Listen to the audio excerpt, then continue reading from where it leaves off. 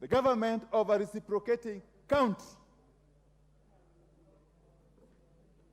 okay, order such number of police officers as the president may think fit to proceed to that country for service therein for the purpose of assisting the police service of that country in a temporary emergency. Madam Speaker, what is the definition of a reciprocating country? Before we even go to the definition of a reciprocating country, the country in question must be having a functioning government. My submission is that the Republic of Haiti, as we speak currently, has got no functioning government. And therefore, the question of reciprocating or otherwise can't arise.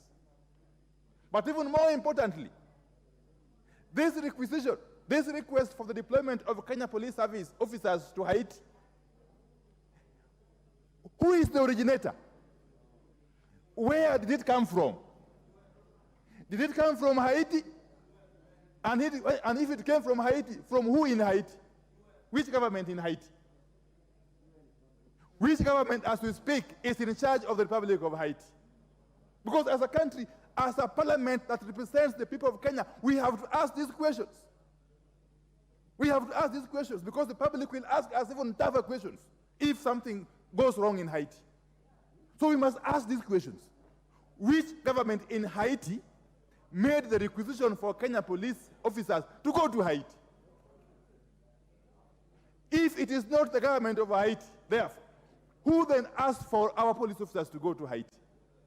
Is it the UN? I'm hearing it's the UN from somebody shouting across the island. What's your point of order, Honorable Kainan? What's the point? Your debate must be very exciting. You have many points of order. You should appreciate it. Thank you, Madam. Proceed, Honorable Kainan. Madam Speaker, is it in order for the Honorable Wandayi to mislead Kenyans when page 10 of the report, and I read, clearly says, the Prime Minister of Haiti, with the concurrence of the Council of Ministers, addressed a letter to the UN Security Council